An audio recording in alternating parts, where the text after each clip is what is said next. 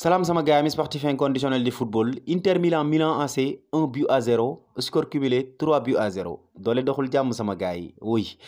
supporteru Milan AC yi doon yaakaar nag benn réaction d'orgueil wala sax nag benn remontada pourquoi pas mënoon na nekk peut-être doon nañ ko xalaat c'était envisageable mais tey dès les 15 premières minutes xam nga carrément que ne nag le match était plié xam nga carrément que ne nag ñii di waa Milan AC ils n'ont pas les ressources wax dëgg yàlla gisuñu capacité yu ñu am yu war a mën a tax nag ñu daal di dem remonter les 2 buts yi nga xamante ne bi ñii di waa Inter gagné woon na leen ko donc nag tey jii foofu nga ne mooy ci Giuseppe Meazza ou San Siro ça dépend de ni nga ko bëgg a tuddee mais tey nag moom Giuseppe Meazza la doonoon wax dëgg yàlla ambiance de dingue ambiance de folie moo fa amoon parce que ñii di waa Inter de Milan qualifié nañ 13 ans après dernière fois bi nga xamante ne bi accédé na ci li nga xam ne mooy finalu Ligue des Champions ba tey jii ñu amaat ko mais aussi am ko de la meilleure des manières am ko face à l'ennemi juré muy nag ñi nga xamante ne bi mooy waa Milan AC ñi ñu bokkal benn ville bokk d'ailleurs benn stade boo xamante ne bi ña ngi koy footballé muy foofu di San Siro donc nag ñu daal di leen di dóor aller retour ci ñaari match yëpp nag buñ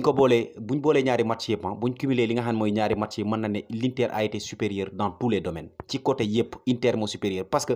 boo xoolee ba ci match tay bi nga xool par exemple benn 90 minutes bu Milan AC joué benn tir cadré la am benn tir cadré pour équipe boo xamante ne bi dañ la mëne 2-0 nga war ko remonter nga war a ñëw égaliser pourquoi pas même chercher li nga xam ne mooy ay prolongation nga am benn tir cadré ci match bi yëpp ce qui veut dire que ne amoo ay ressources pour jàmmarloo ak kooku ce qui veut dire vraiment que ne wax dëgg yàlla Inter Milan moo supérieur woon Milan et gis nañ ko ci ñaari match yëpp Inter de Milan même tactique de jeu bi la aligné ci premier match bi comme ci deuxième match bi la différence en est que ci premier match bi dafa ñëw dès les 15 premières minutes mu daal di dikk attaqué forcé jeexal lii di match bi tey nag bon mën na ne am na avance su 2 buts soxla wuti yenn attaques yu bëri yi il suffisait juste mu contrer li nga xamante ne bi mooy attaque Milan yi ci 10 premières minutes yi xawlee na nelawal et le tour est joué te loolu la ñu réussir nag de la meilleure des manières parce que gis nañ carrément que ne tey Milan AC dafa amoon du mal pour nag mën a passe bali ci intervalle yi wala bokk yenn ci seen attaquants yi nga xamante ne bi tey ñi ngi woon ci terrain bi mën a jàll ay 1 contre 1 presque ay espace bàyyiwuñu benn espace ci terrain bi ba pare te loo leen may ci contre attaque aussi ñoom waa Inter ñu daal di koy exploiter ce qui veut dire que ne tey ji ñoom ñoo tactiquement ñoom ñoo gënoon a taxaw techniquement ñoo gënoon a taxaw mais aussi physiquement ñoom ñoo gënoon a taxaw puisque dañ koy gis ba ci bataille bi ba ci xeex bi on dirait que tey waa Inter ñoo gënoon a soxla lii di match bi ñii di waa Milan AC mais waa Inter dañoo gën a pare ñii di waa Milan AC physiquement parce que bataille yëpp presque mën na ne tous les batailles deuxième ballon yeeg yëpp ñii di waa Inter de Milan ñoo ko gagné ci waa Milan AC et vraiment mënuñu xas waa Milan ci loolu parce que tamit dañ koy wax doole doxul jàmm parce que boo xoolee ñaari effectifs yi da ngay xam carrément que ne peut-être ñii di waa Inter de Milan nag ñoo xaw a gën a baax ñii di waa Milan AC puisque pour man effectif bu bon moo waral ñii di waa Milan AC continuer li nga xam ne mooy match bi avec le même 11 ci deuxième mi-temps bi parce que boo amee benn attaque boo xamante ne bi yow yaa ngi war a dugal 2 buts nga football 45 minutes sans pour autant nga mën a am benn occasion bu franche boo xamante ne bi war nga ne bii dafa war a dugg pour man deuxième mi-temps boo génnee booy génn ci vestiaire yi war nga mën a amal ay changement ci kanam oui gis nañ ne ki nga xamante ne bi nag mooy Brahim Diaz c'est un très bon joueur mais tey kenn xamut lu muy football première mi-temps bi yëpp presque benn balle bu baax mënu ko négocier trop de perte de balle deuxième mi-temps boo amoon effectif bu baax ci kanam boo amoon ay choix yu baax ci kanam da nga koy daal di génnee Raphaël Leao ñëpp xam nañ ne c'est le meilleur joueur du championnat peut-être l'un des meilleurs joueurs du championnat autant pour moi mais tey ñëpp xam nañ ne blessure moo ko téye xam nañ ne tamit il n'est pas à 100% de ses forces donc deuxième mi-temps bi waroon nañ ko mën a génne indi beneen attaquant indi beneen renfort offensif mais après boo waree génne ki nga xam ne mooy nag Raphaël Leao war a génne kii di peut-être Brahim Diaz nga xool ci banc bi kan laa war a dugal kan ngay gis Salma Kier baax na mais bon da nga naan c'est moyen Divock Origi baax na parce que def na match bu baax match aller ba mais da nga naan peut-être c'est pas à la hauteur des attentes nekkut ki nga xamante ne bi moom la ñuy xaar souvent pour muy ñëw changer li nga xamante ne bi mooy match yi ce qui veut dire que ne effectif bu baax dafa am solo ci équipe effectif bu baax da lay dimbale à ce que des fois nga nekk ci ay situation kenn ku jógee ci banc bi ñëw daal di def différence loolu mooy différence bi ak yenn grand équipe yu ci mel ni Real Madrid peut-être parce que mën nga dem ba jaay instant bu Rodrigo nekkee ci banc bi nga génne ko mu ñëw def différence ou bien benn Marco Asensio ainsi de suite nga dem Manchester City boo classé trio d'attaque am bi nga xamante ne bi mooy partant presque ci banc bi day am beneen trio d'attaque boo xamante ne bi presque même niveau la presque mën nga ne seen différence sax bariwul écart de niveau bi bariwul donc ce qui veut dire que ne am nañ des multitudes de choix deuxième mi-temps pour que bu nekkee ci yenn situation yi ñu mën a def ay changements mën a xam nga delloo si waat match bi mën a gagner match bi pourquoi pas même dem jëli li nga xamante ni mooy score bi des fois bu ñu leen mënee au score mais loolu tey dañoo gis carrément que ne dafa manqué Milan AC effectif bu baax dafa am solo ci équipe et que franchement yenn équipe yu mag yi ci Europe dañoo war di mën di renforcer seen équipe yi bu ñu bëggee nag di sori ci yenn compétition yi parce que boo fekkee yor nga benn 11 bu baax peut-être début saison mën na mën na jàll ngay gagné ay match peut-être saison mën na dem ba xaaj ngay gagné ay match mais à un moment donné fatigue bi dafay tàmbali ñëw coono bi dafay tàmbali ñëw et que dana toll benn instant boo xamante ne bi coono bi dana bëri ci yow ba nga xamante ne bi sa niveau dëgg dootoo ko mën a indeeti et loolu nag effectif bu baax moo la ci mën a sauver en tant que équipe boo amee effectif bu baax rotation bi di jàll normalement moo lay waral tey boo demee ba fin de saison sax da nga mën a bénéficier wu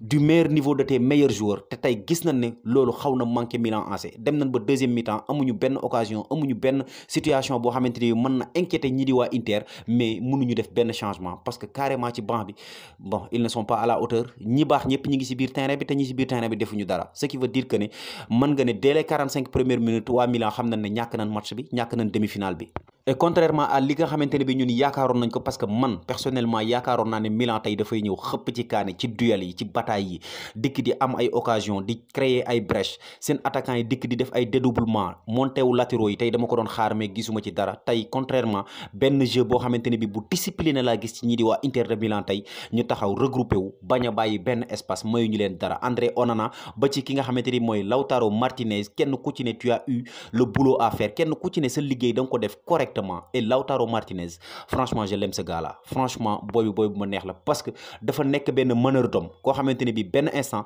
chaque instant il répond présent saa bu ko équipe am soxlaa day répondre présent tey gis nañ ko ni mu sonalee défense adverse bi oui mayu leen jàmm benn yoon ci pressing yi oui ba ci dernière minute ba ci laataa muy génn dernière minute avant muy génn da doon pressing défenseurs yi très haut di récupérer ay bal yu am importance ba ci bii bi nga xamante ne bi dugal na ko pour sceller définitivement le sort des Milanais donc chapeau à Lautaro Martinez pratiquement mën na ne mooy l'homme du match mais chapeau aussi à kii di Simone Inzaghi puisque yoon wi yombul